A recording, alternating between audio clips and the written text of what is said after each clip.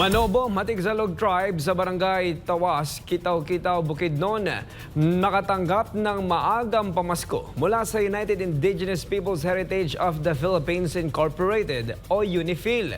Ang detalye mula kay Jean Domingo.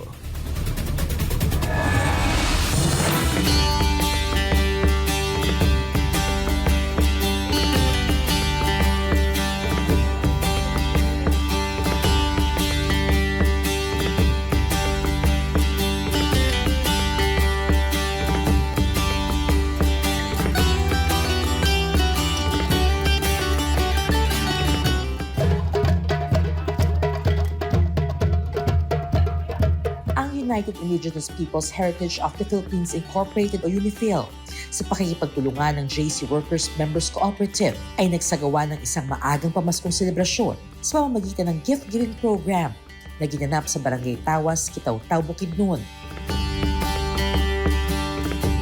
Ang programa ay nagdala ng kasiyahan sa daang-daang pamilya at bata na tumanggap ng kanilang maagang regalo.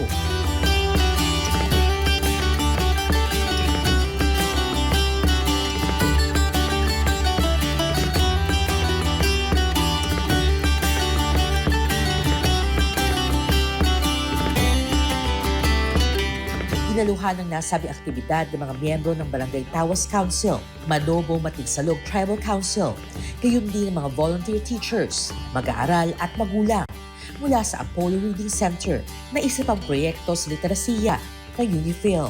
Ang mga benepisyaryo nagpaabot ng pasasalamat para sa mga natanggap na regalo.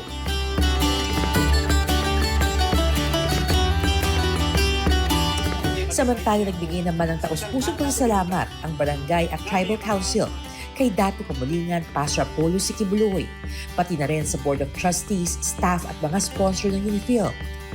Ikaw sa sakop ni Pastor Tibuloy, nga mo'y naghatag o katinawan, labi na sa pining mga kabataan. Lagi ko magmahay po karon kay nakita na ko nga maayo.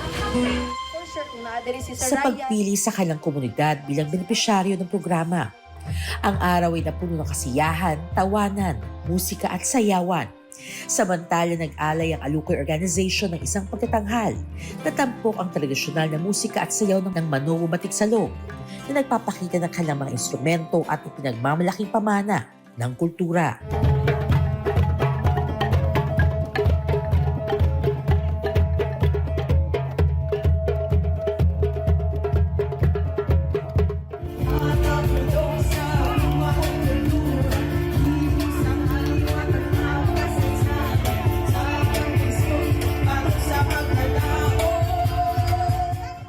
Ang UNIFIL, katuwang ang mga organisasyon tulad ng JCWMC, ay nananatiling matatag sa kanilang layuning protektahan, pangalagaan at itaguyod ang mga karapatan, kultura, tradisyon at pamana ng ating mga katutubong mamamayan at katutubong komunidad.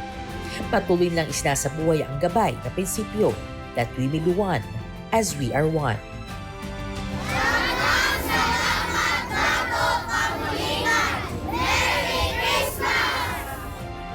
Para sa Diyos at sa Pilipinas kong mahal, Jean Domingo, SMNI News.